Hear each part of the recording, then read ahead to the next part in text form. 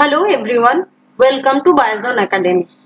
आज हम लोग स्टार्ट करेंगे अबाउट प्रोकैरियोटिक राइबोसोम। तो यहाँ पे एक आप लोग प्रोकैरियोटिक सेल देख पा रहे हैं और अदर टू सिर्फ बैक्टीरियल सेल देख पा रहे हैं, जहाँ पे राइबोसोम का पोजीशन को ही सिर्फ हम लोग आज हाईलाइट किए हैं।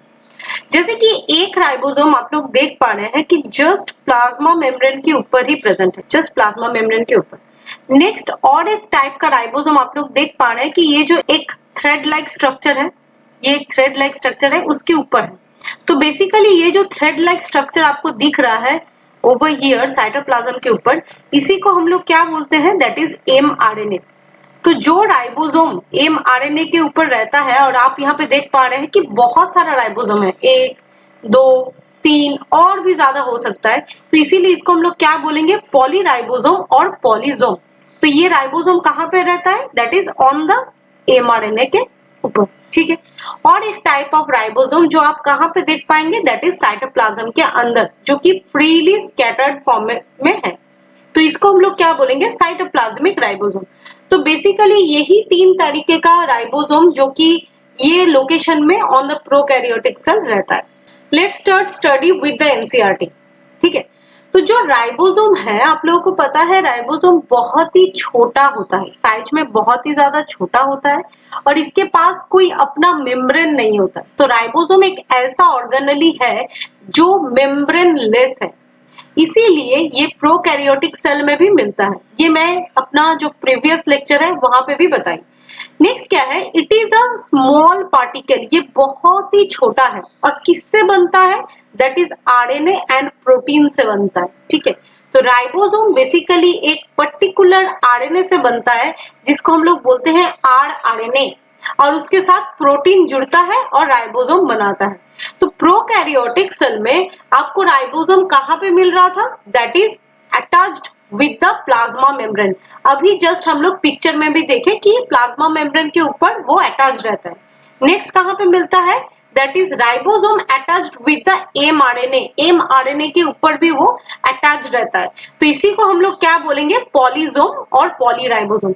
यहाँ पे आप लोग पॉलीजोम और पॉलीराइबोसोम का स्ट्रक्चर देख पा रहे हैं, जहाँ पे आप देख रहे हैं कि जो राइबोसोम्स है, ये येलो वाला स्ट्रक्चर जो है, ये सारे क्या है, दैट इज राइबोसोम है, जो कि mRNA के ऊपर अटैच्ड है।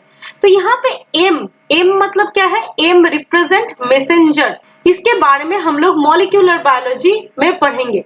तो मैसेंजर आरएनए क्या करता है, नाम से ही पता चल रहा है, वो मैसेज को कैरी करता है। और वो मैसेज को कहाँ से कैरी करता है, फ्रॉम डीएनए।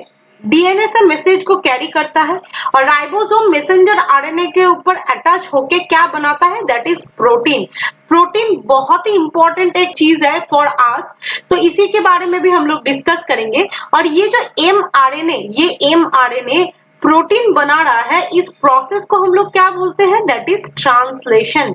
इस प्रोसेस के बारे में भी हम लोग डिस्कस करेंगे। नेक्स्ट क्या है, ribosomes also found freely in the cytoplasm. Exactly हम लोग अभी देखें कि राइबोसोम साइटोप्लाज्म के ऊपर भी रह सकता है। लेकिन ये जो राइबोसोम है, इसका एक डिटेल स्ट्रक्चर हम लोग यहाँ से रीड कर लेते हैं एक बार। You can see over here एक राइबोसोम का स्ट्रक्चर। राइबोसोम बेसिकली 2 टाइप का होता है। एक होता है क्या, एक होता है 70S टाइप, एक होता है 70S टाइप, और एक होता है 80S टाइप। 80S के बारे में अभी हम लोग बात नहीं करेंगे, क्योंकि 80S यूकैरियोटिक सेल में आपको मिलेगा। लेकिन 70S राइबोसोम जो कि प्रोकैरियोटिक में भी मिलता है, और हम लोग देखेंगे कि यूकैरियोटिक के पास भी मिलता है कुछ पर्टिकुलर ऑर्गेनेली के अंदर। तो ये जो 70S राइबोसोम है, इसके बारे में आज हम लोग डिस्कस कर रहे हैं। तो ये राइबोसोम बेसिकली 2 सब यूनिट से बनता है। यहाँ पे आप लोग क्लियरली एक फोटो देख पा रहे हैं कि एक बड़ा सा सब यूनिट है, जिसको हम लोग क्या बोल रहे हैं, दैट इज लार्ज सब यूनिट। और ये क्या हो रहा है, छोटा सब यूनिट। ये 2 सब यूनिट जुड़ता है और क्या बनाता है, दैट इज राइबोसोम बनाता है। ये जो छोटा सब यूनिट है और स्मॉल सब यूनिट है, ये है 30S सब यूनिट, और जो लार्ज सब यूनिट है, ये है 50S सब यूनिट। कुल मिला के बनाता है 70S सब यूनिट। तो आप लोग क्वेश्चन पूछ सकते हो कि 50S और 30S मिला के तो होता है 80S, तो क्यों यहाँ पे 70S हो रहा है। तो यहाँ पे मैथ्स नहीं चल रहा है, ठीक है। तो यहाँ पे बेसिकली ये जो S है, ये S किसको रिप्रेजेंट कर रहा है, इसको हम लोग बोलते हैं स्वीडबर्ग यूनिट। जिसका मतलब यही है कि सेडिमेंटेशन कोएफिशिएंट, इसका मतलब है सेडिमेंटेशन कोएफिशिएंट। ये जो S है ये क्या डिटरमाइन करवाता है, that is size, diameter and the density of the ribosome. ये तीन चीज को ये S से रिप्रेजेंट किया जाता है। तो प्रोकैरियोटिक राइबोसोम दो सब यूनिट से बनता है, लार्जर सब यूनिट हो जाता है 50S और स्मॉलर सब यूनिट हो जाता है 30S। S represent what, sedimentation coefficient, जिसको हम लोग क्या बोलते हैं, स्वीडबर्ग यूनिट, जो किसको डिटरमाइन करता है, that is size, diameter and density. I hope इतना आपको समझ में आया होगा। नेक्स्ट अभी थोड़ा हम लोग एनसीईआरटी के थ्रू ही चलते हैं कि एनसीईआरटी में अबाउट द राइबोसोम क्या लिखा हुआ है। तो बोला गया है कि in prokaryotes ribosomes are associated with the plasma membrane. अभी हम लोग डिस्कस किए इसके बारे में। और क्या बोला गया है कि इसका जो साइज होता है वो अप्रोक्सीमेटली 15 नैनोमीटर बाय 20 नैनोमीटर होता है, जो ही कौन रिप्रेजेंट करता है, स्वीडबर्ग यूनिट और एस। ये मेड होता है टू सब यूनिट से, that is 50S and 30S। अभी हम लोग देखे भी हैं, ठीक है। और क्या बनाता है, that is 70S prokaryotic ribosome बनाता है। अब ये जो राइबोसोम है इसका फंक्शन क्या है, अभी हम लोग देखें क्या बनाने में हेल्प कर रहा है, दैट इज प्रोटीन सिंथेसिस में हेल्प कर रहा है। और प्रोटीन सिंथेसिस वो कहां से कर रहा है, फ्रॉम द mRNA। देखो यहाँ पे क्या लिखा हुआ है कि several ribosomes are attached to the single mRNA। Several ribosome आप लोग देख पा रहे हैं, 1 2 3 4 और भी बहुत सारा है जो कि अटैच करता है सिंगल mRNA के ऊपर, जिसको हम लोग क्या बोलेंगे, पॉलीराइबोसोम और पॉलीजोम, ठीक है। यही polysome translate the mRNA into the protein. Exactly यही तो हम बताए कि mRNA through the process translation क्या बनाता है, प्रोटीन। और ये प्रोटीन बनाने में कौन हेल्प कर रहा है, दैट इज द राइबोसोम, ठीक है। इतना दूर तक जो बात लिखा हुआ है एनसीईआरटी में, आई होप आप लोगों को समझ में आया होगा। Next we will study about the inclusion body.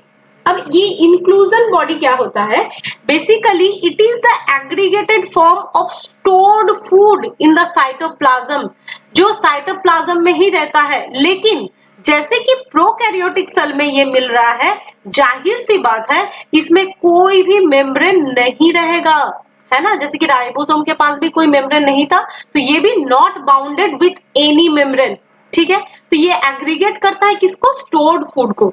इतना समझ में आया। अब ये जो इंक्लूजन बॉडी है, कुछ इसका कैटेगरी है, उसी के बारे में हम लोग डिस्कस करेंगे। जैसे कि क्या बोला गया है, फॉस्फेट ग्रैन्यूल। फॉस्फेट ग्रैन्यूल जो किसको स्टोर करने में हेल्प कर रहा है, दैट इज इनऑर्गेनिक और फॉस्फोरस को क्या कर रहा है, वो स्टोर कर रहा है। समझ आया। नेक्स्ट क्या बोला जा रहा है, दैट इज साइनोफाइशियन ग्रैन्यूल। ये जो साइनोफाइशियन ग्रैन्यूल है, ये बेटा basically purple and green sulphur जो फोटोसिंथेटिक बैक्टीरिया होता है वहां पे आपको मिलेगा, जो किसको स्टोर करने में हेल्प कर रहा है, दैट इज द नाइट्रोजन। तो पहले ही हम बताए कि जो इंक्लूजन बॉडी है वो क्या करता है, स्टोर करता है, फूड को स्टोर कर सकता है, नाइट्रोजन को स्टोर कर सकता है, फास्फोरस को स्टोर कर सकता है। इतना समझ में आया। और एक टाइप ऑफ ग्रैन्यूल्स आपको मिलेगा जिसको हम लोग क्या बोलेंगे, ग्लाइकोजन ग्रैन्यूल्स। देखो ग्लाइकोजन जो बेसिकली होता है, दैट इज ये जो ग्लाइकोजन है, ग्लाइकोजन एक पॉलीमर है। और किसका पॉलीमर है, ये है पॉलीमर ऑफ ग्लूकोज। ग्लूकोज का पॉलीमर है। तो आपको यहां से ही समझ में आ रहा है, तो ये किसको स्टोर करेगा, ऑब्वियसली ये स्टोर करेगा ग्लूकोज को। तो most of the bacteria including cyanobacteria contains the glycogen granules, ठीक है। इतना समझ में आया। Last one is the gas vacuole. Gas vacuole क्या करता है, बेसिकली ये बायंसी प्रोवाइड करता है बैक्टीरिया को, जिससे क्या कर सकता है कि bacteria enable them to float at desired depth. बहुत सारे बैक्टीरिया कहाँ पे रहता है, दैट इज ओशन में रह सकता है, नदी में रह सकता है। तो वो क्या करता है, उसको फ्लोट करने में हेल्प करता है, बायंसी प्रोवाइड करता है गैस वैक्यूम। तो ये हो गया कुछ पॉइंट अबाउट इंक्लूजन बॉडीज। अब इसी के बारे में एनसीईआरटी में क्या लिखा हुआ है वो भी हम लोग रीड कर लेते हैं। तो एनसीईआरटी में लिखा हुआ है कि reserve material, that is the reserve material in prokaryotic cell are stored in the cytoplasm in the form of inclusion body। वही तो हम बताए कि ये स्टोर करता है within the cytoplasm, ये रहता है। they are not bounded by any membrane system, exactly, and lie free in the cytoplasm। ये जस्ट एक एग्रीगेटेड फॉर्म है, कोई भी इसके पास मेम्ब्रेन नहीं रहेगा। एग्जाम्पल्स क्या क्या देखे हम लोग? फॉस्फेट ग्रेन्यूल्स जो कि इनऑर्गेनिक फॉस्फोरस को स्टोर कर रहा था, साइनोफाइसियन ग्रेन्यूल जो कि नाइट्रोजन स्टोर कर रहा था, ग्लाइकोजन ग्रेन्यूल जो किसको स्टोर कर रहा था? ग्लूकोज को, एंड द गैस वैक्यूल जो कि बायंसी प्रोवाइड करने में हेल्प कर रहा था। कहाँ पे आपको मिलेगा? That is blue green, purple and green photosynthetic bacteria में आपको इंक्लूजन बॉडी देगा। सो आई होप आपको प्रोकैरियोटिक राइबोसोम और इंक्लूजन बॉडी समझ में आया होगा। अगर वीडियो अच्छा लगा तो please do subscribe to my channel. Thank you so much.